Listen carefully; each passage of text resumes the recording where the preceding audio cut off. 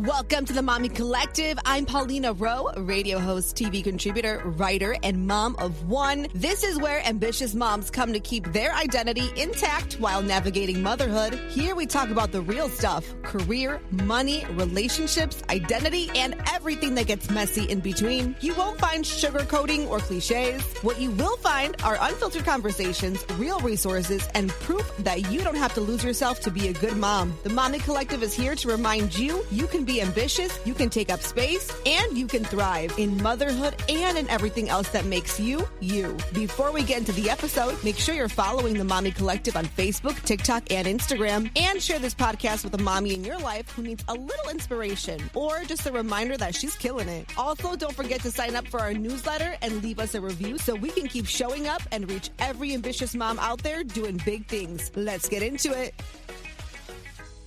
We're back with another episode, Mami Collective. I am so excited for my guest today, my semi-local Chicago girl. Okay, I'm going to call you my local girly because I know that you technically are from, I believe, Los Angeles, but totally. I think we've adopted you at this point. I feel like it's almost been a decade. Like, I'm in Chicago and I'm Midwestern now, so I'm good with it. I'm accepting it. I love it. So we have the one and only Jyothi Chand, or AKA Mama Jotes. So how are you today? I'm doing good. I'm excited to be here. I'm so excited for you to be here, and thank you for coming on the pod. We have so much to talk about because I not only admire you from like a mental health perspective, because I'm, a mental health advocate in my own way as well. Like, definitely not as outspoken as I want to be. I used to be, and then I became a mom, and then I lost time, and now I have a whole new respect for mental health. Okay, let me just be honest. I'm like, ooh, there's a lot that has happened. But no, I mean, like, author, mother, everything in between, right? Author. So I really want to dive into you, but I also felt like you'd be such a good guest because there's so many layers to you. And I think one thing that you've done so well is not only like killing it as a mom, but maintaining these parts of your identity while being a mom. And I admire that so much. So I'm so excited to have you on today. Of course, of course. So first things first, if you wouldn't mind just giving us like a quick, summary of who you are, what you do, and then the bio. But I've got every part of your bio. I've got my questions for you. Okay. Awesome. So yeah, we'd love to hear from you. My name is Jyothi Chand, and I am a mom of 3. My youngest is 2.5, and my eldest is 9. And I have a book that came out last year called Fitting Indian. And then I also have a book coming on next year called Unsuitable. And they're both graphic novels. And Fitting Indian is the one that ties into that mental health advocacy and just like the whole mental health and the South Asian stigma behind it. I am an influencer and content creator full-time since 2021. I love it. I have a background in stand-up comedy and improv. I was born and raised in LA. Now live in the Chicago suburbs with my husband and my 3 kids, my 2 dogs, and a cat. It's a full house here. Wow. Full house. I'm sure your days are like... And I have a lot of grandma hobbies. Like, I have a ton of grandma hobbies. Like, I like to, garden and, knit and crochet and, sew. And then I also like to bake bread now. So, I mean, I make my own butter. I don't know what's happening. I feel like the older I get, I'm just getting more grandma-esque. No, I love it. Listen, if it keeps you sane and it keeps you doing what you got to do, I love it, okay? Everybody needs a hobby, okay? Especially moms, even if they are grandma hobbies. I love it. I love it. So first things first that I would really like to kind of dive into is, your journey with mental health. So being a first generation, right, a daughter of immigrants, I'm always so curious, how was the mental health conversation? What was that like growing up? Did it even exist? Non-existent. No, it was we don't talk about it. Anything that went down in the house, my mom suffered from anxiety and depression herself. And if we ever witnessed anything that was symptomatic of that, or it would just be we're not going to talk about this. It's fine. Mom's fine. Mom's fine. Fine. Everyone's fine. Everything's okay. We're not okay. No one was okay. Oh my God. Imagine trying to be our parents, or my parents, where they came from a different country, didn't know anybody. My mother is freshly 21, thrown here with a man she met at the altar, post-marriage, arranged. And literally like had to just like do this life and then had children while still being a child herself. And then I look back and I go, how could they have had good mental health? They had no support system. They had no, what's that word I'm looking for? Not structure, but they had no security. There was no security for them. Like they came here and they had to make ends meet and there was no fallback plan. Like they couldn't just go home. And so, yeah, everybody was like stressed and like poor and geez, like it was, I mean, they were making ends meet, like barely, but they did it when they raised us. And yeah, mental health was not, it's almost like they didn't have an option to even stop to care about it. You know? Because they were in survival mode. They were in survival mode for so long. Think about it. And we know what survival mode as a mom. We know what survival mode is, right? Like we've all been in it so many times. The newborn phase, like you're just surviving. You're not thriving. You're just like half there. Yeah. Making it work. Absolutely. And so imagine that for just like decades. I know. I don't know how they did it. My mom's from Poland. So like I look at her and she was a single mom too, had me. And I'm like, girl, how? Literally how? But like you figure it out, which is again, not the best way, but like they did You build resilience. with very little to no support mentally. And too. like we talk about a village all the time, right? Like, was there a village back then? Yes, there was actually probably more of a village than there is today because everybody was in survival mode. The family all came here together. My dad had his brothers and sisters. They all just like co-parented all of us. Like we were all parented by all the parents, like if that makes sense. And yeah. Now it's different because maybe some of us are not in survival mode. Maybe some of us are privileged enough to be in a place where we're not in survival mode. But a lot of the time we still feel like we are, and there's no village. You have to make a village. You have to like create this village. 100%. How do you feel that you've created your village? Like with I have family, friends? Exactly. Like I have a village. Like if I have friends in my neighborhood that have become our family. Like they are our family. Our kids are cousins, like to us. Like we're like, you guys are cousins at this point.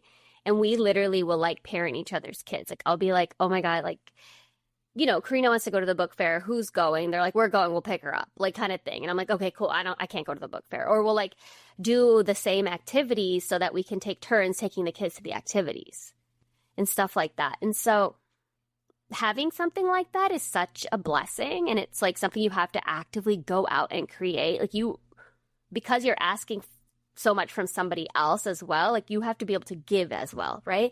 So it's like the small things. Oh, I made a loaf of bread. Let me make an extra loaf of bread and drop it off. Oh, I have dinner. Let me put a Tupperware together and or wrap your tacos for you and hand it to you in the car after you took my kid to their dance practice. So like just those little things where we're helping each other in some capacity and knowing it's like this big familial relationship throughout like our neighborhood. And it's just like, it's like 3 or 4 families, but it's just nice for us to know that we can all like kind of lean on each other. And building a village like that is crucial to parenthood because you need people you can trust. There's nothing more important than that. 100% agree. 100 million %. So really quick, I wanted to kind of dive into sort of like your stand-up, right? Your stand-up comedy and everything. Where did that sort of like stem from? Are you like a dark humor kind of girly too? Like, do you already know where I'm going with this? Like, is that kind of where it came from? Literally the only way I deal with trauma is like laughing at it. Yes. And so 100%, like, you know, like, it's not like I don't know how to compare trauma, but everybody has trauma, right? And mine was like more dual identity, cultural crisis, like born in America, but super Indian. Parents had high expectations of who I was. And I had like a set path that I had to follow. And if I didn't, it was like doom. So of course, the best thing I could do was go on stage and make dick jokes. So I was like, duh, at this point. I've already failed them. I didn't become a doctor. I majored in creative writing. Like I'm married. I'm dating this like non-Indian person at the time. And, you know, I've already done all the things I'm not supposed to do. So it's like I might as well. And so that's part of where that stemmed from. It was great. Yeah, I love that. And I'm just curious. I have to know, what were your parents' reaction to the stand-up part? The funny thing is like my dad actually like loves comedy. But they were super uncomfortable with what my mom calls my below the belt comedy. You know, my below the belt. She'll tell me, she's like, I don't like my below the belt. like kind of thing. But then she said, I was so proud of you, though, for going on stage and like having the courage to be able to do that, because she's like, I would never be able to. So like, I guess there was a piece of like pride in the fact that we've come so far that my daughter can go on stage and like do this, but also embarrassment of the fact that she's going on stage and doing this. Yeah, no, I They totally were get it. confused.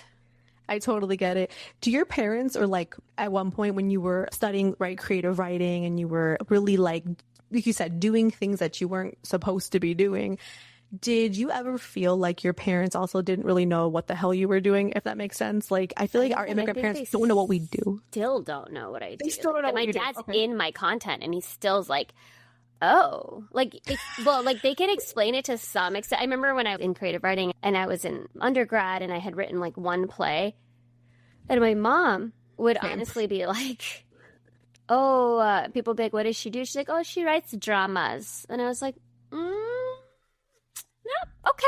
okay, we could call it that. Like, you know, like the way that was her explanation for people. When I was tutoring, I was a tutor, but I was so much more than a tutor. I was an academic manager, and I taught executive functioning to children. So it was very like complex. But then she would just go tell everybody that like I tutored math. And I was like, that's not. Yes, but it was like you took it and you scaled it down. So now I think my job description is that I make videos. Hey, I'll take it. It's just funny with when I listen to like immigrant parents, like truly ask them, what does your kid do for a living? It's the funniest thing. It's so funny. Just like, what does your kid do? Unless they're a doctor, lawyer, engineer, nobody knows. They don't know. They don't know. My parents were talking about these kids yesterday. They were talking about like the kids in the family. They're like, oh, so-and-so's son is, oh yeah, he went and doctored. He's doctor, because everyone's a doctor. And then they go to this one kid and they're like, I think he does something finance, money, banking. Like they couldn't put it together. And I was like, he's an investment banker. He makes more than all those doctors, okay? Like, I mean, yeah. Like what? Yeah. Oh, 100%. 100%. Did you ever feel, or like, were there ever any moments of conflict when you were studying, or when you were, I'm going to just say like, sort of rebelling from what you were, quote, supposed to be doing? Like, did you ever bump heads with your family? My mom threw a can of hairspray at me, like, oh, yeah, truthfully. I think there was this like, almost like this disappointment, right? Like she had so much potential. Kind of thing that, you know, where you felt inadequate, like you didn't meet up to their expectations. So you're inadequate, and now, you know, you're going to spend your life trying to prove that you chose the right path, or else you just have left them disappointed. But yeah, I mean, I think as immigrant children, a lot of us feel that. Like, I don't think it matters if you went into medicine or not. Like, my brother is a doctor himself, and he did all those things, and then he stayed unmarried. So now he's a disappointment in another category. Oh, I mean, yeah. You know what I'm saying? Like, he's not. To me, he's not. He's living his best life, and he's doing his thing, and he's happy, right? So if you're happy, that's awesome. That's the goal. But then for our parents, there's a checklist, and you have to check everything in that checklist for them to feel like you've now accomplished what we've asked you to accomplish. Yeah, no, that checklist is very real. And if you're a kid of immigrants, you know exactly what you're talking about. So I 100% agree. And I am curious too, when it comes to like your parenting, right? And you're raising two little kids in America. So obviously you were raised here. Your parents were not. They were born in India. So how are you now? They're actually from Burma. Oh, that's right. That's right. From Burma. That's right. So they came to the U.S. and then this is where you were born and you grew up here. So this is like what you know. But you've mentioned earlier that, you know, but you also have this like other identity, right? Like this identity, but you're this, you're that, right? And then in Spanish, there's like a quote that we say, it's like, you're neither here from there, but you're not like American enough. So I'm just so curious, like in other people's eyes, right? Sometimes you don't like feel American, or you don't feel like you're this because you're that. But with that being said though, how are you raising your kids? I'm curious, like what parts are you keeping identity wise and like showing them while raising them here? So for me, the most important things about culture are food, right? Music and dance. Like, I just feel like those three parts of at least our like Indian Burmese culture that we have are so important. So we have Burmese food and Indian food at home all the time. I find that to be very important, and the kids have a great palate for it and they love it. It's home food to them. So like when they want like a comfort meal, they're going to lean into that. And I like love that. I'm like, great, second generation, and you love Indian food and you love Burmese food. And some of those flavors are super intense and it's like in their blood. They Love it. love Bollywood music. They love dancing. They love our culture in the way like we dress up and we get ready and they get to wear pretty clothes. And I think those little things, as like superficial as it sounds, it's so important for our culture. Like all that color, all those, traditions and holidays that, what you dress up for, it all ties together. The other thing that I'm keeping is, I guess, passing on is this respect for our elders. I think that our culture does a really good job of taking care of our elders and like showing that like why it's important to take care of your parents and why it's important to like have your parents in your life. And like we do have good relationships with our parents. Our kids do see their grandparents like so much. And they see that like I talk to my mom every day and I talk to my dad every day. My husband talks to his mom every day. And like they see that like we're not just a family of 5. We are a family of that includes our parents, right? Like our family extends out to our parents and our siblings.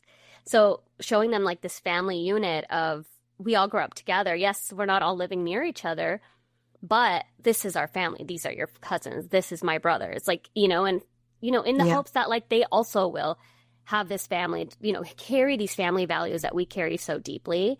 And I do feel like that's part of our culture, the family values. Sometimes it can be toxic, the family values, right? Like we keep people, but for my case, luckily it isn't. I'm very like blessed that it's not toxic and like we have a good family dynamic. And so we are able to like continue having this like show them our family values. Absolutely. And what do you feel like you're not passing along, if you were to be honest? The expectations, all of that. Like we are like, you don't have to do anything. Do we want you to be diligent and work hard and get a good job? Absolutely. If you want to live this lifestyle, you need to work hard for it. Like it does not just come easy, but there is no pressure for you to live this lifestyle. If you want to grab a condo in the middle of the city in 1 bedroom and live solo with your 2 cats for the rest of your life and you're happy, awesome. Go do that. Just be happy and be able to afford yourself, right? If you want a family, be happy, be able to take care of your family. Whether you're a daughter or son, I want you to be able to take care of your family. Like for my daughter, it's not like, oh no, a man's going to take care of you. You are going to take care of yourself. And then, and maybe you'll take care of him too. Because I was always told that like, even though my mom worked and my mom took care of us and my dad worked, like my mom, what she really wanted for me was to be taken care of in this way. And like, I am married to someone who can provide for me, but I still have chosen to run the run and provide for us too. And sometimes I regret that decision. I get so mad that I'm ambitious. Do you know what I mean? Like, don't you just wish sometimes like you weren't ambitious? Like, you're just like, you know what? I think I'm just gonna not. Like, I don't have that in me. Like, I do too much and I have to force myself to sit down and watch an episode of Bridgerton. So, and I love it. Get that. You get that, right? I could tell you get that. You're probably like running in circles. You have your child sleeping right now. And instead of resting during this nap time, you're on a podcast. So. Yep. Oh, yeah. Oh, girl, you and I would be best friends because I feel like you're speaking my language. Because sometimes I'm like, do I have to take on this new venture, this new project? Do I have to? But it's like, no, but I'm gonna. But I'm gonna. Why not? Yeah. I'm really pushing my limits here, but listen, I tell my husband, I tell everyone, whoever listens to me, whoever the hell listens, I'm like, if I know I'm burnt out or I know that like I'm not going to say failing as a mother because I think that's not really possible. I don't think we're really failing. I think it's just moments where you're like maybe overwhelmed or you're just this, you're sleep deprived. Maybe I'm fucking hungry. I don't know. I just, I look at it as like, I know my limits, I'm like, I know when to stop. We're all good. But right now, I'm on a high. I'm pretty good. Let's keep going. Yeah. So things are good right now, right? It's the moon. I think the cycle right now, like we're like in a good spot. Yes. We'll crash in a couple of months. Yes. I'm like, besides like the craziness of the world, sometimes I'm like, I'm good. Sometimes I'm good. Hard in winter. Like I'll go hard in winter because it's cold, right? And you're like, I'm already inside. Like, let me just get this shit done. Summer hits, like it gets hot outside and I'm like, I'm done. I don't do anything except sit in the sun now. So read books. Same. Popsicles. Like this is all I'm doing for 3 months. So I pretty much like, and I suck at responsibility in the summer. That's hilarious, but it's very true. Very true. So I am curious, like, you obviously have grown your social platform and the content creating. I mean, like, I honestly think you got to treat it like a full-time job to get to sort of where you're at, because it's a full-time job. With that being said, and you know, really like giving it everything, and you're very like transparent too. Like you make us laugh, but you'll also like share stuff with us, right? Like, and I love both sides of that. How do you find the time to do that? Like, I've always been curious. Make the time. You got to make the time. Like, you got to prioritize, right? So I actually, like you said, like when I first started this, you know, my husband and I had a conversation about it, and I was like, I'm going to treat it like a full-time job, because if I act like I have 100,000 followers and post like I have 100,000 followers, and one day I'm going to have 100,000 followers. And that was literally my mindset. So for 2 years, I did exactly that. I showed up every single day. I posted every single day. And at times it was like, why am I doing this? Why am I wasting my time? Like, I should be doing something else. Like, why am I, you know, and you have imposter syndrome. You are being cringe to so many people in your circle. Like, people are saying shit and they're just like, whatever. Like, you have to block out the noise, because I think that if you really want something and you want to achieve it, you're going to have to be a little cringe to get there. And especially with content creation. And so at some point it switched from cringe to cool. At some point in 2021, it went from cringe to cool. And all of a sudden, I'm getting brand deals. I'm working with Target. I have an agency, you know, got a book deal. Like, and I think that's when people start like, oh, that's what she's doing, you know? And it's like, as long as you are focused on what you're doing, like, you make the time to do it. Like, you know what you want. There's an end goal. You make the tiny little steps to get there, and then you make the time to do that. And yes, that does mean sometimes not hanging out with your friends, and sometimes going to bed early and waking up early before the kids. Like, I wrote this entire book right here because I woke up at 5 a.m. every morning for 3 months while my kids, they were like 3 and 2 or something at the time. Oh, wow. They slept till 7. And I was like, I have 2 hours. Let's go. Every morning I had 2 hours to write, and I would sit there, and sometimes I'd get a page out. Sometimes I'd get 10 pages out. But I finished it. I did it. And I was like, oh my God, I did it. Like, it was so invigorating. I also quit drinking alcohol. That helps too. Yes. I was going to ask you, so sobriety, what was the choice behind that to not drink anymore? And we all have a drinking problem. Yeah. You're not wrong. Listen, I got family in AA. Like, you're not wrong. I agree. I think drinking problems are on a spectrum. And for me, I had a drinking problem and I didn't want to recognize it as that. So I decided to do a dry January. Felt really good after. Felt like I got like half of my brain back that was missing. And then I realized in the coming months, after like really reflecting on it, that I had a drinking problem, because I just never could just drink a little bit. It was usually like, it was more than I needed to, right? Even that one glass of wine at night, that shit slows you down so much. It slows your body down, your brain down. You don't sleep well. And it's just like this vicious cycle of anxiety. And it was the best thing I could ever do. And it's not a coincidence that the minute I quit drinking January 3rd, 2021, and that same year, within 6 months, I wrote a book, got a book deal, hit 100,000 followers, got an agent, got one of my biggest brand deals to start, like all that within 6 months of quitting drinking. Like, that's not a coincidence. No, not even remotely close. And why do you think that is? Is it because of the discipline that it gave you? Clarity. Mm-hmm. Better sleep, less anxiety, able to handle the day, learned how to process my emotions. Was it easy? No. It's not like it's just like magic button, like I quit drinking and all. No, like I put in the work to get where I wanted to get. But it really took that, like, taking a step back from alcohol, allowing my brain to like clear up. And then there's this thing called sober productivity. It's like all that time you spent drinking, now what are you doing with it? No, that's really true. You have a glass of wine at 5 p.m. with dinner. You slow down, right? You're not going to start like creative, like you're not going to start writing, working on a book at like 6 p.m. with like a glass or two of wine in you.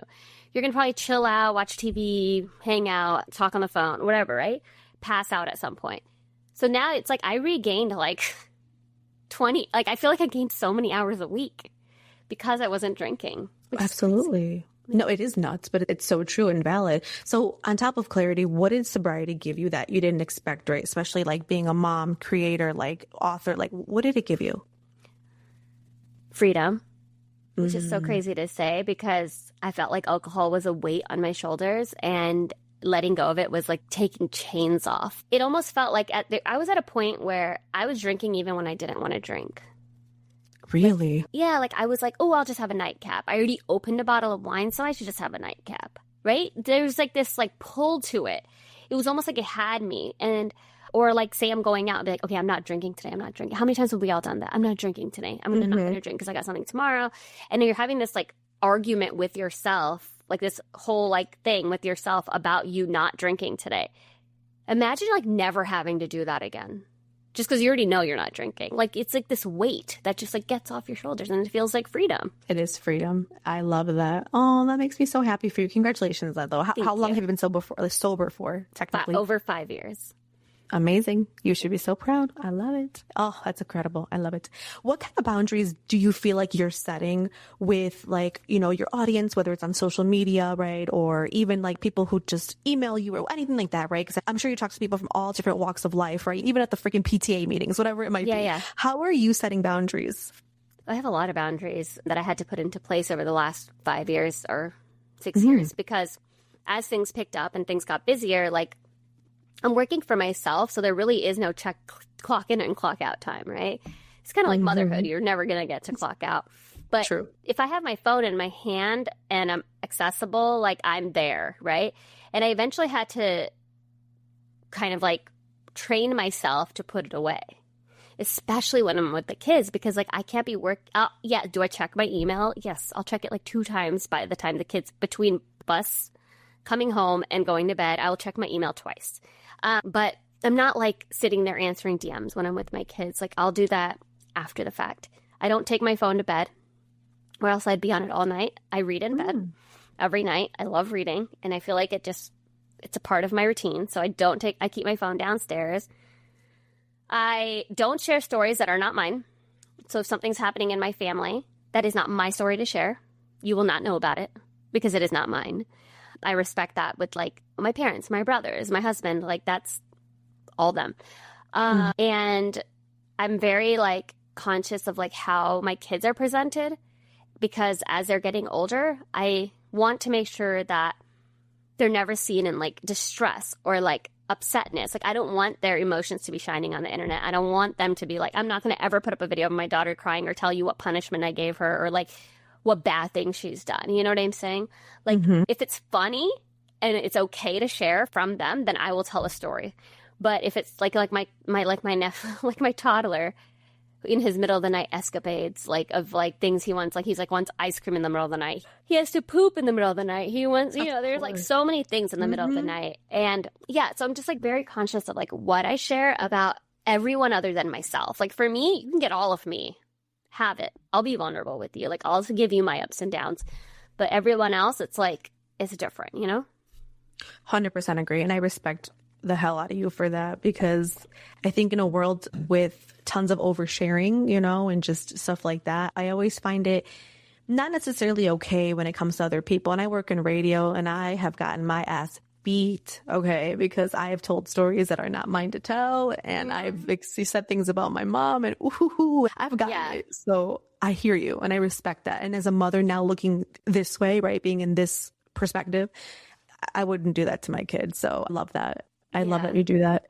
And it's a hard balance of like how much to show your kids with the internet and everything, because starting off, when we started, we didn't even think twice about that, right? And now you're kind of like, oh.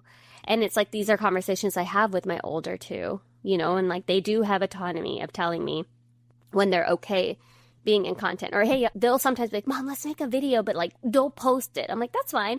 I have so many drafts of reels of like just making funny videos with my kids that I've never posted because they just wanted to make the video. They didn't want everyone to see it. And so I feel like there's something with that. Like that's why I do a lot of content with like my dad or myself. My toddler right now loves to make videos, but then again, he doesn't really fully understand it. He's so young. So one day he's going to also tell me, hey, Mom, no, I don't want you to post that.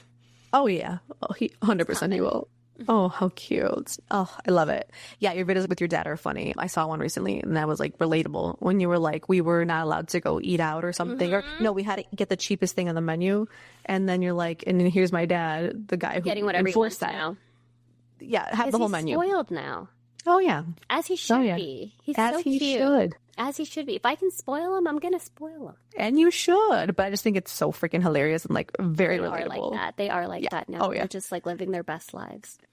Oh, so sweet. How do you deal with criticism or critique, or, I mean, I hate the word haters, but it is what it is, right? How do you deal with the negative side of social media, right? When it comes to like stuff that you post, or just, I don't know, if you share an opinion and someone's really got to let you know theirs. How do you handle that and protect your mental health while you're at it? You have to have a thick skin, and you build that thick skin, which is just terrible to say, but you just have to. Like, people make fun of me, my nose, all the time. It's so trivial. What? Well, because I have a prominent nose, right?